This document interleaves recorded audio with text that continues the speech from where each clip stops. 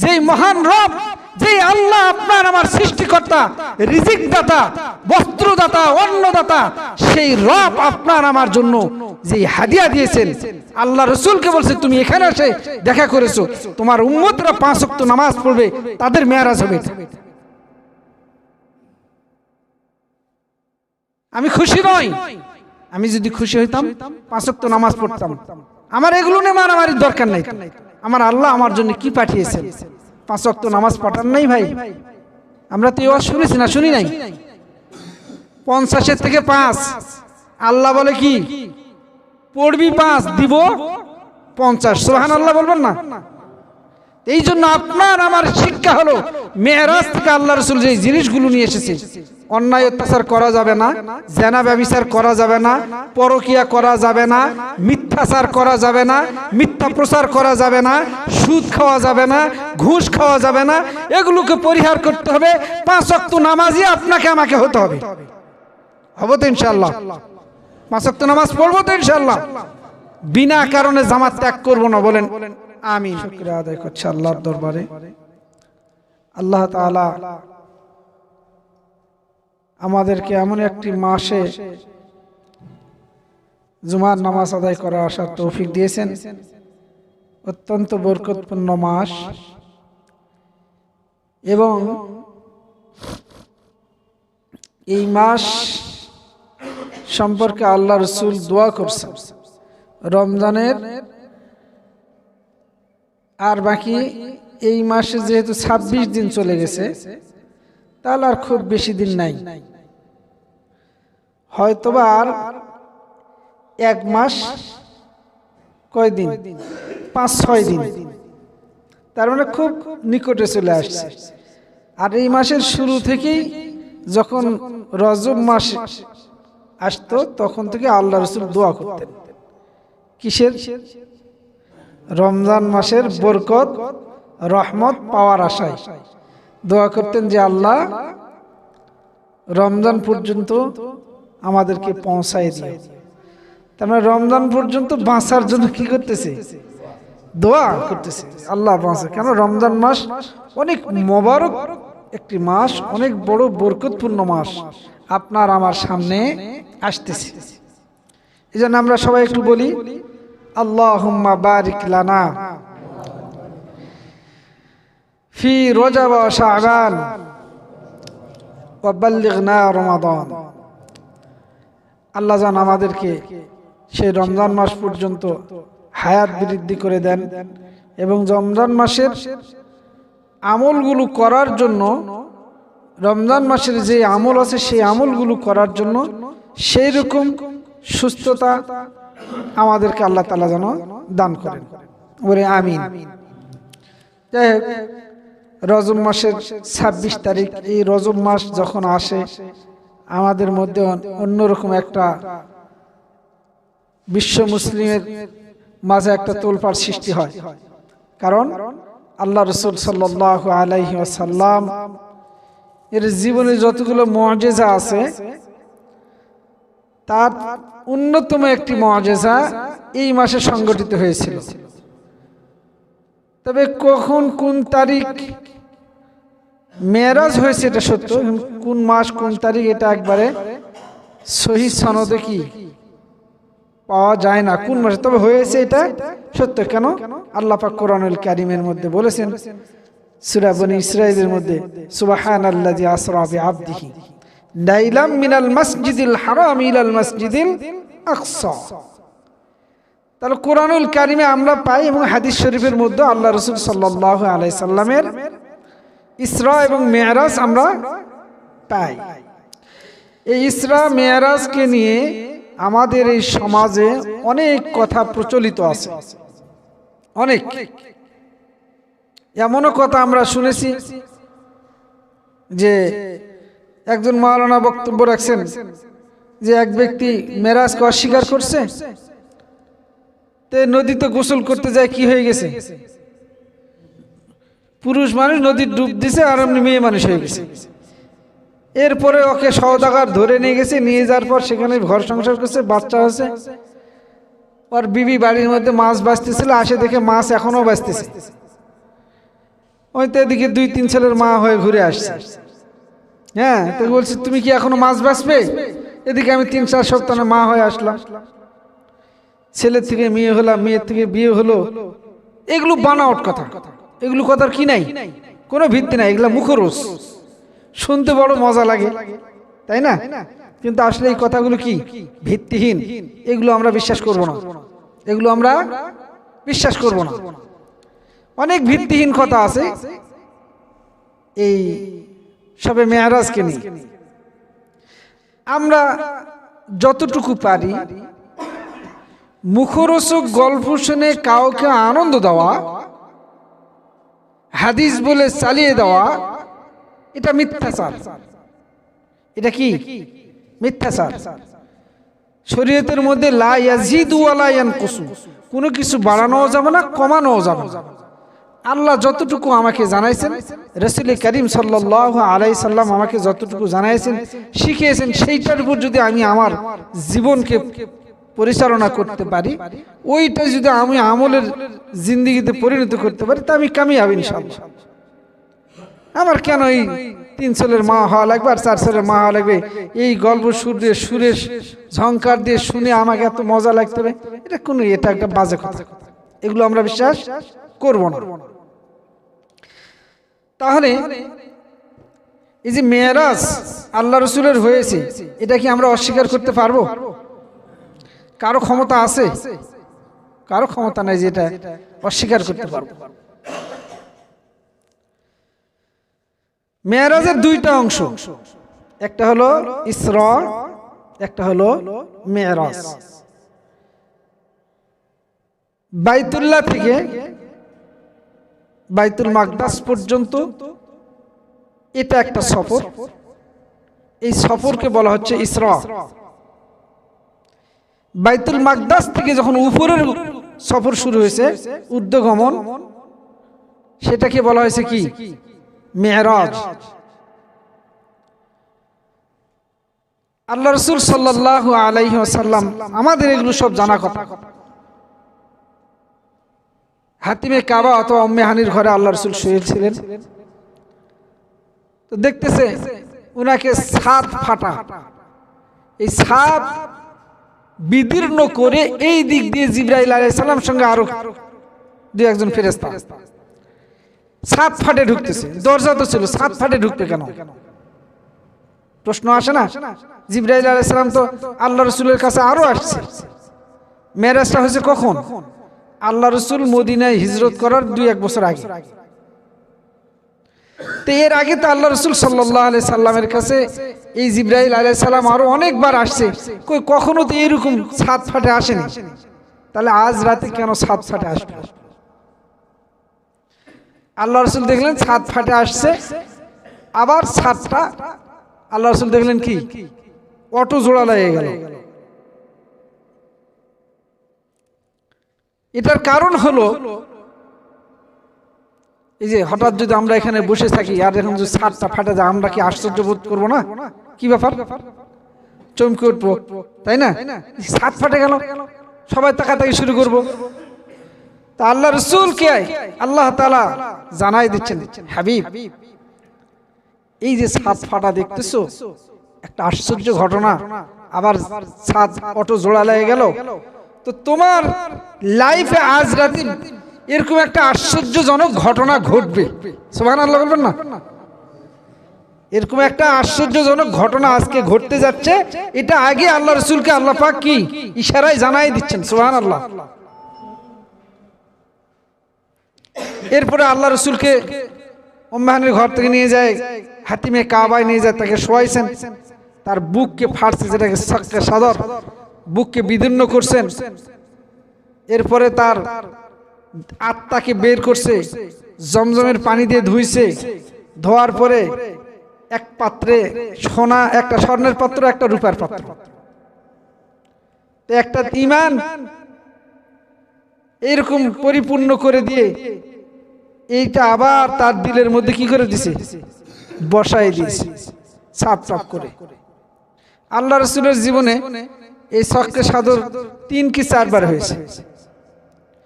এরপরে আল্লাহ রসুলকে নিয়ে কি করছে, বোরাকে উঠাইছে না, বোরাক।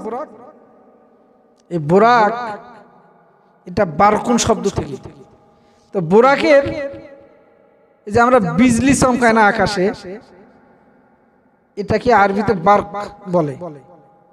তো এই বিজলির গতিবেগ কত, ওর শব্দের আগে দুনিয়াতে ওর আলোটা পৌঁছে যায়, এরপর বিকট আওয়াজ হয়, তাই না? তা আল্লাহ তাআলা এমন একটা যানবাহন তার রাসূলের জন্য পাঠিয়েছেন যার নাম বোরাক। এইটার এই বিদ্যুতের চাইতে গতিবেগ অনেক বেশি, অনেক বেশি। কারণ আল্লাহ রাসূল কোথায় যাবে?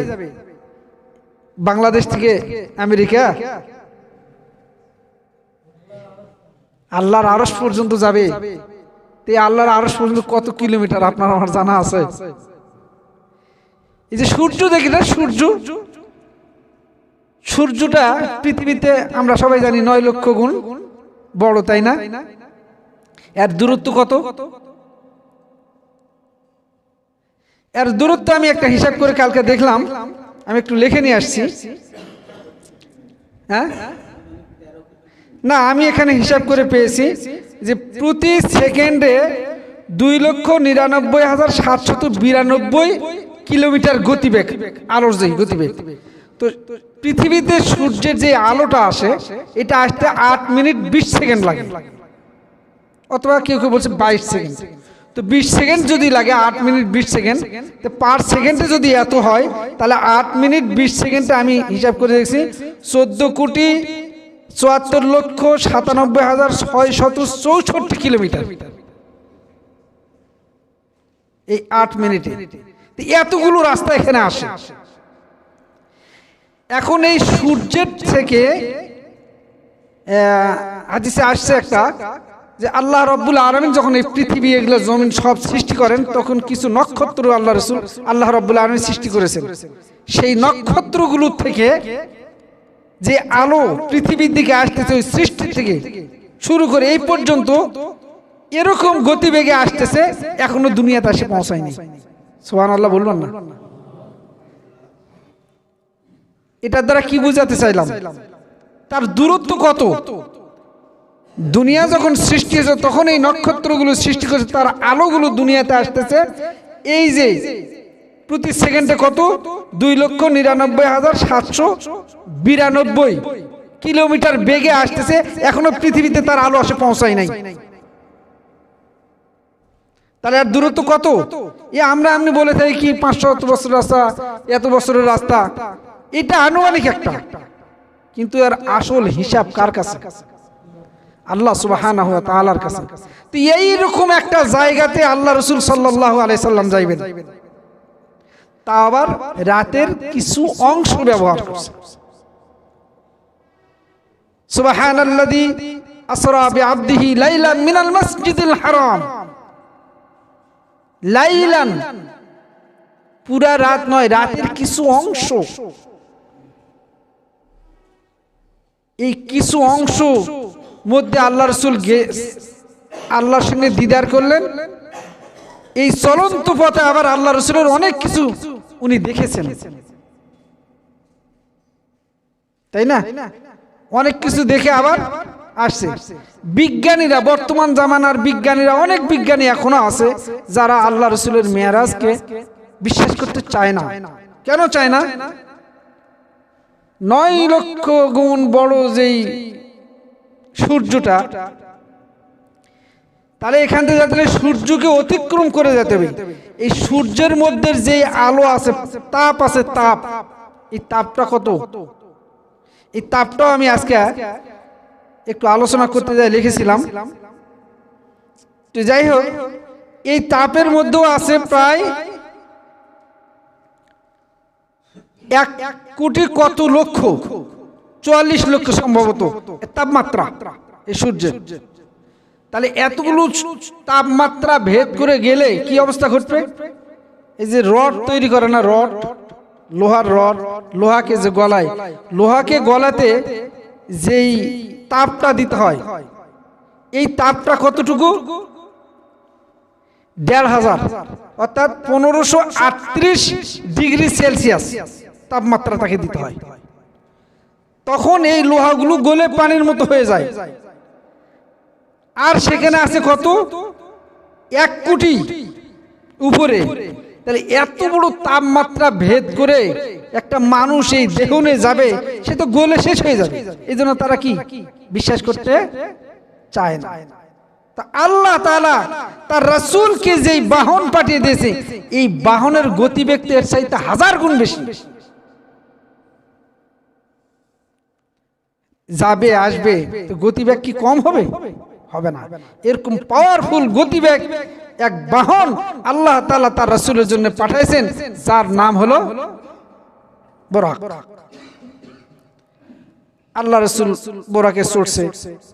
আমরা এরকম আলোচনা শুনেছি যে আল্লাহ রাসূল বুরাকে চড়ছে, বুরাক আল্লাহ রাসূলকে নিতে চায় না। এগুলো বানোয়াট কথা, এগুলো দুর্বল কথা, এগুলো আছে, এগুলো দুর্বল কথা। আল্লাহ রাসূল বুরাকে চড়ছে, এরপরে যায় কিছু দূর যাওয়ার পর একটা সাদা মাঠ দেখতেছে। তো দেখতেছে বুরাকের পা গুলো যখন উঠছে বুরাকে, তখন পা গুলো বুরাক গুটিয়ে নিছে। প্লেন যখন চড়ে, প্লেন দেখবেন যে প্লেনের পা গুলো যখন রান করে, রানের পর যখন উঠে যায় কিছু দূর, তখন এই চাকাগুলো ভিতরে গুটিয়ে নেয়।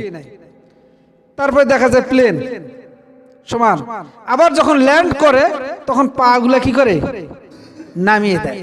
তো বুরাকের পা গুলো আস্তে নামিয়ে দিচ্ছে। জিবরাইল আলাইহিস সালামকে জিজ্ঞেস করেন, এটা কি?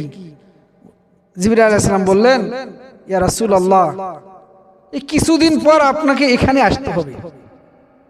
এই জায়গাটার নাম হলো ইয়াসরিব। আপনি যেদিন আসবেন তখন এখানে নাম হবে মদিনাতুর রাসূল সাল্লাল্লাহু আলাইহি ওয়াসাল্লাম। তো যাই এরকম অনেক কিছু আল্লাহ রাসূল দেখছেন, সেখানে নামছেন, 2 রাকাত নামাজ পড়ছেন, এরপর আবার উড়াল দিচ্ছে, আবার যায় তুর পাহাড়ে নামছে। তুর পাহাড়ে গেছেন আপনারা? কেউ আছেন এরকম? তুর পাহাড়ে আল্লাহ দেখার তৌফিক দিয়েছে, গিয়েছি, 2 বার গিয়েছি। এই তুর পাহাড়ে মুসা আলাইহিস সালাম আল্লাহর সঙ্গে দেখা করতে গেছিল না? যেখান থেকে সরাসরি আল্লাহ সঙ্গে মুসা আলাইহিস সালাম কথা বলতেন। আল্লাহ বলল, আল্লাহ তোমাকে দেখতেছে। আল্লাহ বলল, তুমি দেখতে পাবে না আমাকে, লাম তারানি। আর মুসা আলাইহিস সালাম বলেন, আমি দেখব। তো দেখতে যায় কি হয়েছে? আল্লাহর নূর এই পাহাড়ের মধ্যে পতিত হয়ে পারছে, ওরা দাগ দিয়ে রাখছে। সত্য মিথ্যা আল্লাহ পাক ভালো জানে, কিন্তু আল্লাহর নূরের তাজাল্লিতে যেটা জ্বলে গেছে এটা সত্য।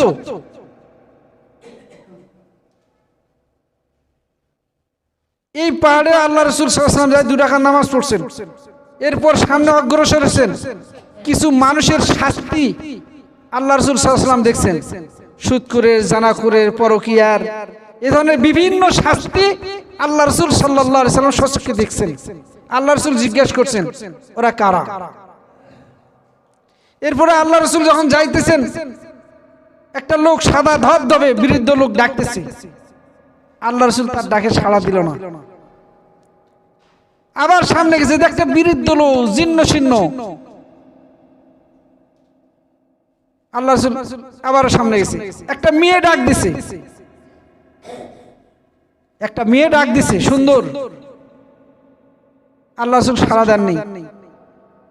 জিবরাইল আলাইহিস সালাম বলছেন, প্রথম যেই লোকটা ধবধবে সাদা সুন্দর, এটা হলো শয়তান। এ হলো কি? এই শয়তান। তার ডাকে সাড়া না দিয়ে আপনি ভালো করেছেন। এরপরে দেখছে একটা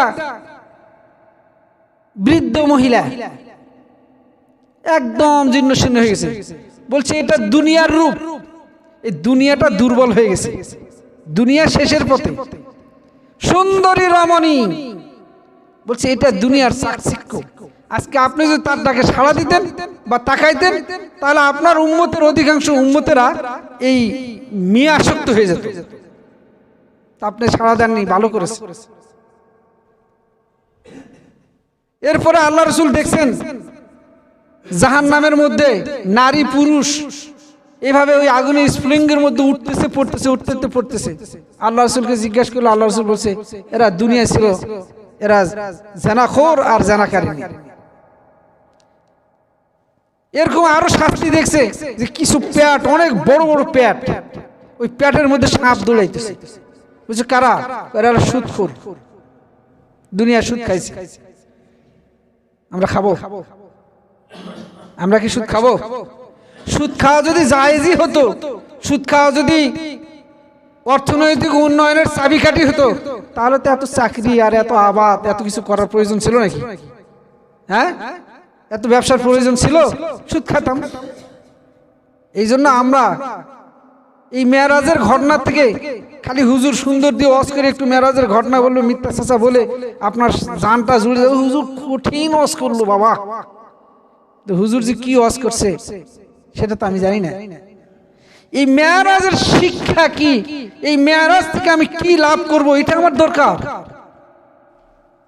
কথা ঠিক না? মেরাজের আসল শিক্ষা কি? এই যে আল্লাহ রাসূল জাহান্নাম দেখলেন, জাহান্নামের শাস্তি দেখলেন, কোন কারণে এই শাস্তি, কেন এই শাস্তি? আরেকটা দেখছেন যে একটা গাল কাটে দিচ্ছে, এই গাল কাটতেছে, তো এই গাল কাটে দিয়ে এই গালের দিক ফিরে আসতেছে, এটা কাটে দিবে, এই দিক থেকে কাটছে না এই দিক কাটবে, তো এই গাল যখন কাটতেছে ওখান থেকে ফিরে আসতেছে, এই গাল আবার স্বাভাবিক হয়েছে, আবার কাটতেছে। এরা কারা? বলছে এরা হলো মিথ্যা প্রচারক। এরা কারা? মিথ্যা প্রচারক, মিথ্যা প্রচার করতো। আজকে মিডিয়ার যুগ, কত মিথ্যাচার হয়, এটা কি আমাকে নতুন করে বলার প্রয়োজন আছে? আপনারা জানেন না?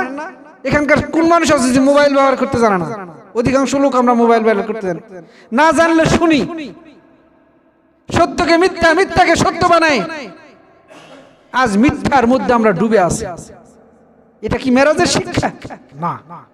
ওই জন্য দেখায় দিছে যে যারা মিথ্যাচার করবে, মিথ্যা অপপ্রচার করবে, মিডিয়া বলেন, আমি নিজে বলি, আমি বিভিন্ন ভাবে তো আমি মিথ্যা প্রচার করতে পারি না? তো এগুলো থেকে আমাদের বাঁচতে হবে। এটা হলো মেরাজের শিক্ষা। এই শিক্ষা যদি আমি গ্রহণ করতে না পারি, আজকে মসজিদ থেকে বের হয়ে যায় আমি মিথ্যা রটাতে শুরু করলাম, ভোট আসছে, 2 দিন পর ক্যানভাস শুরু হয়ে যাবে, দাঁড়ে দাঁড়ে বারে বারে ঘুরবে, দেখবেন নেতারা বিয়ের মধ্যে মানুষ কাদো করতেছে জমির মধ্যে, এইভাবে টানে একদম কাদের মধ্যে, আসসালামু আলাইকুম ভাই, ওই কাদো অবস্থায় জড়ে ধরে। লোভ কিসের জন্য ধরছে জানেন? ভোট, তাই না? তোমার সাথে অনেকদিন দেখা নেই, কত বড় বাটপার, ওর সাথে দেখা করতে তুমি একদিনে গেছো, আজকে যেমন এই ভোট নেওয়ার জন্য এতটুকু টানে একদম মাঠের মধ্যে নামছো। এরকম বাটপাড়ির থেকে বাঁচতে হবে। ধোঁকাবাজ, ধোঁকাবাজের শাস্তি হবে। মানুষকে ধোঁকা দিতেছি, এটা তো শিক্ষা নয় আমার। কত আমরা জর্জরিত হয়ে গেছি। এই জন্য ভাই, আমাদেরকে এই মেরাজের শিক্ষাগুলো গ্রহণ করতে হবে, জীবনে সেট করতে হবে, জীবনকে বদলাতে হবে। দুনিয়ার রঙে জীবনকে রঙিন করলে চলবে না, আল্লাহর রঙে রঙিন হতে হবে। সিবগাতাল্লাহি ওমান আহসানু মিনাল্লাহ সিবগা। আল্লাহর রঙই হলো অরিজিনাল রং, অর্থাৎ আল্লাহর বিধি মোতাবেক আমাকে চলতে হবে। এটাই হলো আল্লাহর রঙের রং। আর আল্লাহর বিধি মোতাবেক যদি না চলি, এই সারা জীবন মেরাজের ঘটনা শোনেন, ওই রমজানের ঘটনা শোনেন, কোনো লাভ হবে না। আমলের জিন্দগি করতে হবে ভাই। আমল যদি আমি করতে না পারি, তাহলে আমার জীবন বরবাদ। আল্লাহ তাআলা এই জন্য বলতেছে কি, যখন এই ফাটে গেল, মেরাজটা কি আশ্চর্য ঘটনা নয়? এই সামান্য সময়ের মধ্যে বাইতুল্লাহ থেকে শুরু করে বাইতুল মাকদাস, বাইতুল মাকদাস থেকে আবার চলে গেলেন কোথায়? প্রথম আসমান, দ্বিতীয় আসমান, তৃতীয় আসমান, চতুর্থ, পঞ্চম, ষষ্ঠ, সপ্তম, সিদরাতুল মুনতাহা। সৃষ্টির শেষ বর্ডার হলো সিদরাতুল মুনতাহা। আসমান কি সৃষ্টি নয়? এটাও তো সৃষ্টি। তো এই সৃষ্টির সর্বশেষ উপরের দিকে সীমানা কোথায়? সিদরাতুল মুনতাহা। এই পর্যন্ত আল্লাহ রাসূল চলে গেছে, আরো উঠে গেছেন। এখন এই যে আরশে আজিম গেছে, এখন আমাদের মৌলবীদের মধ্যে আবার এটা নিয়েও মারামারি শুরু হয়ে গেছে। বড় মুসিবত। একদল বলতেছে আল্লাহ রাসূল আরশে আজিমে গেছে, কোনো এরকম কি নাই, দলিল নাই। আরেকজন বলতেছে কি আল্লাহ রসুল সাল্লাল্লাহু আলাইহি ওয়াসাল্লাম আল্লাহ রসুলকে আল্লাহকে স্বচক্ষে কপালের 2 চোখ দিয়ে দেখছে। আরেক দল বলতেছে না দেখেনি। তাহলে আমরা সাধারণ মানুষ কি করব? প্রশ্ন আপনাদের কাছে আমাকে প্রশ্ন করেন না, আমি শেষ। উম্মুল মুমিনিন আম্মা জান আয়েশা সিদ্দিকা রাদিয়াল্লাহু তাআলা আনহা তিনি বলেছেন, হাদিস কি বলছে? মান রাগামা আন্না মুহাম্মদ রাইয়া রাব্বাহু ফাকাদ কাযাবা। যারা বলে মুহাম্মদ সাল্লাল্লাহু আলাইহি সাল্লাম আল্লাহর রাসূলকে আল্লাহকে স্বচক্ষে দেখেছে, ফাকাদ কাযাবা, এরা মিথ্যা বলল। ইবনে আব্বাস রাদিয়াল্লাহু তাআলা আনহু বলতেছেন, রাআহু বিফাওয়াদিহি মাররাতাইন। আল্লাহর রাসূল আল্লাহকে 2 বার দেখেছেন। সেটা কিসে?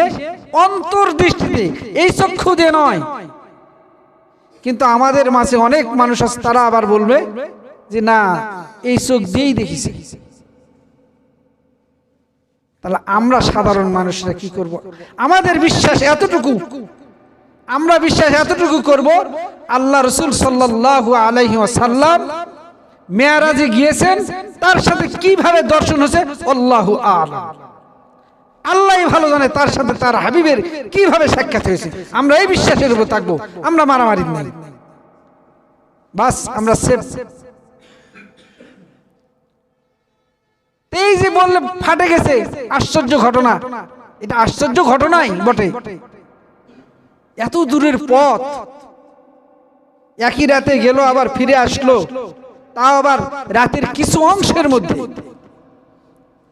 এই জন্য আল্লাহ রাব্বুল আলামিন কোরআনুল কারীমের মধ্যে মুসা আলাইহিস সালাতু ওয়াস সালামের ঘটনা বর্ণনা করেছেন, কিন্তু আল্লাহ সুবহান শব্দ দিয়ে করেন নাই। মুসা আলাইহিস সালাম পিছন থেকে শত্রুরা ধাওয়া করেছে, সমুদ্রের মধ্যে আল্লাহ রাব্বুল আলামিন রাস্তা তৈরি করে দিয়েছেন, পানিগুলো ফাঁক হয়ে গেছে, সুন্দর রাস্তা তৈরি হয়ে গেছে। এটা একটা আশ্চর্যজনক ঘটনা, কিন্তু আল্লাহ সুবহান দিয়ে বর্ণনা করেন নাই। ইব্রাহিম আলাইহিস সালাতু ওয়াস সালাম নমরুদের আগুনের মধ্যে 40 দিন ছিলেন। কয়দিন? 40 দিন পর্যন্ত এই আগুনের মধ্যে ছিলেন। ইব্রাহিম আলাইহিস সালামের গায়ের একটা পশম পড়ে নাই। ইব্রাহিম আলাইহিস সালাম তার নাতি পুতিদের কাছে বলতেন, আমি 40 দিন নমরুদের আগুনের মধ্যে যে শান্তিতে ছিলাম, এত শান্তি আর আমি পাই নাই। তবু আল্লাহ বলেননি সুবহান, আশ্চর্য বলেন নাই। ইউনূস আলাইহিস সালাম মাছের পেটে ছিলেন 40 দিন, অন্ধকার একটা জায়গার মধ্যে ছিল, সেখান থেকে অক্ষত অবস্থায় আল্লাহ তাআলা তাকে দুনিয়াতে আবার নিয়ে এসেছেন। কিন্তু আল্লাহ সুবহান বলেন নাই, আশ্চর্যতম ঘটনা আল্লাহ তাআলা বলেন নাই। কিন্তু আল্লাহ রাব্বুল আলামিন তার হাবিবকে যখন মেরাজের জন্য নিচ্ছেন, আল্লাহ রাব্বুল আলামিন বলতেছে, এমন এক আশ্চর্য ঘটনা মুহাম্মদ তোমার মাধ্যমে আমি আল্লাহ ঘটাই দিব। এইজন্য আল্লাহ বলছেন, সুবহানাল্লাযী আসরা বিআবদিহি লাইলাম মিনাল মাসজিদিল হারামি ইলাল মাসজিদিল আকসা আল্লাযী বারাকনা হাওলাহু লিনুরিয়াহু মিন আয়াতিনাল তিনা। আল্লাহ পাক বলতেছে এটা একটা আশ্চর্যতম ঘটনা। আল্লাহ বলছে সুবহান, আল্লাহ নিজেই বলে সুবহান আল্লাহ, কি আশ্চর্য ঘটনা আল্লাহ ঘটাই দিয়েছেন। কার মাধ্যমে? মুহাম্মদ সাল্লাল্লাহু আলাইহি সাল্লামের মাধ্যমে।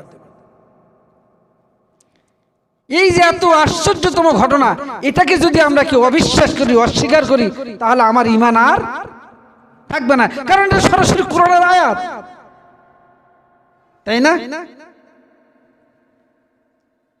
জিবরাইল আলাইহিস সালাম সিদরাতুল মুনতাহা পর্যন্ত গিয়েছেন। এই জায়গাটাতেও আমাদের একটা গন্ডগোল শুরু হয়ে গেছে। কি গন্ডগোল? সিদরাতুল মুনতাহা থেকে আর জিবরাইল যেতে পারবে না, শেষ বর্ডার।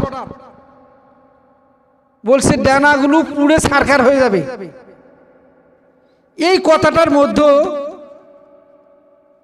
কিছুটা কি আছে এই ব্যাপারে আল্লাহ রাব্বুল আলামিন বলছেন, কি বলছেন? যে ইনদা সিদরাতুল মুনতাহা।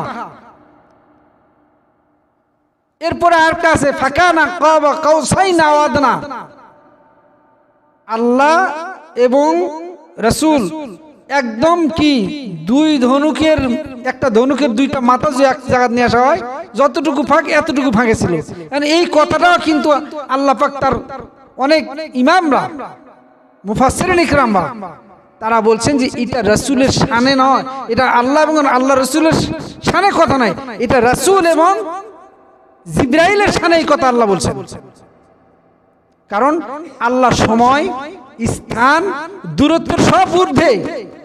আল্লাহ সময়ের দরকার নাই, স্থান কিভাবে বহন করতেছে, দূরত্ব কিভাবে আছে, এটা আমাদের বলার, আমাদের ইলমের বাহিরে। জিবরাইল আলাইহিস সালাম আল্লাহ রাসূলের এত পাশাপাশি থাকে মেরাজ করেছেন, এই কথাটা এখানে বোঝানো হয়। আল্লাহ তাআলা আমাদেরকে সহি বুঝদান করুন, বলেন আমিন। তো আল্লাহ তাআলা আমাদেরকে এই যে আল্লাহ পাক রাসূল করিম সাল্লাল্লাহু আলাইহি সাল্লামকে নিয়ে গেছেন, যাওয়ার পরে ফিরার পথে আল্লাহ পাক আপনার আমার জন্য যে উপহার দিয়েছেন, বলেন আজকে যদি ওই আমেরিকার প্রেসিডেন্ট ডোনাল্ড ট্রাম্প ও যদি বলে, ইমাম সাহেব আমেরিকার থেকে আপনার জন্য খাস করে এই বাইতুল আমান জামে মসজিদের খতিব সাহেবের জন্য এই উপঢৌকন পাঠালাম, আমাকে তো ধরাই মুশকিল হয়ে যাবে, আমি তো লাফাতে থাকবো, খুশি হয়ে যাব। মানুষ বলবে ডোনাল্ড ট্রাম্প পাঠাইছে জন্য এই উপহার, ইউনূস সাহেব পাঠাইছে উপহার। মানুষও তখন কথা বলতে শুরু করবে না, মানে গৌরব ফিল করবে, আনন্দ বোধ করবে। কিন্তু আপনি আমি তো আনন্দ বোধ করি না।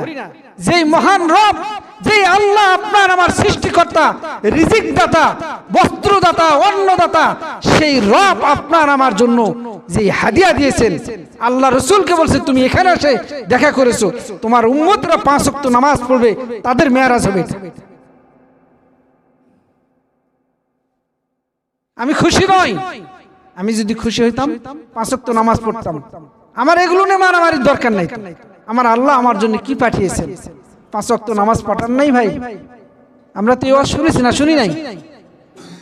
50 থেকে 5 আল্লাহ বলে কি পড়বি 5 দিব 50। সুবহানাল্লাহ বলবেন না? এই জন্য আপনার আমার শিক্ষা হলো মেরাজ থেকে আল্লাহ রাসূল যে জিনিসগুলো নিয়ে এসেছে, অন্যায় অত্যাচার করা যাবে না, জেনা ব্যভিচার করা যাবে না, পরকিয়া করা যাবে না, মিথ্যাচার করা যাবে না, মিথ্যা প্রচার করা যাবে না, সুদ খাওয়া যাবে না, ঘুষ খাওয়া যাবে না, এগুলোকে পরিহার করতে হবে। 5 ওয়াক্ত নামাজি আপনাকে আমাকে হতে হবে। হবে তো ইনশাআল্লাহ? 5 ওয়াক্ত নামাজ পড়বো তো ইনশাআল্লাহ?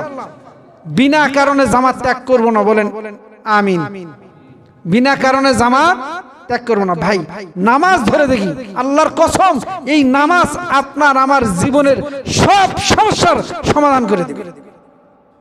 কিন্তু আমি বিশ্বাস করলো হবে কি হবে না, হবে কি হবে না, এই দ্বিধাদ্বন্দ্বে আছে। বিশ্বাস নিয়ে করে দেখেন, বিশ্বাস নিয়ে নামাজ পড়ে দেখেন। সাহাবারা করেছে, অনেক উদাহরণ এরকম পৃথিবীতে আছে। আমরাও যদি করি, ওই আল্লাহ আজও আছেন, ওই আল্লাহর রহমতের দ্বার আজও আপনার আমার জন্য উন্মুক্ত আছেন। ক্ষমার দরজা উন্মুক্ত করে রেখেছে, তওবার দরজা উন্মুক্ত করে রেখেছে, ধনভাণ্ডারের দরজা উন্মুক্ত করে রেখেছে। খালি আপনি আমি চাইবো, চাওয়ার মতো চাইতে পারলে আল্লাহ দিয়ে দিবে। এটাই হোক আমাদের এই শিক্ষা, মেরাজের শিক্ষা। মেরাজের কোনো নামাজ নাই, রোজাও নাই, নামাজ নাই, রোজা নাই, এক কথায় প্রশ্ন উত্তর শেষ। মেরাজের কি রোজাও নাই, নামাজও নাই। মেরাজের কি আছে? মেরাজের শিক্ষা আছে 5 ওয়াক্ত নামাজ জামাত করতে হবে।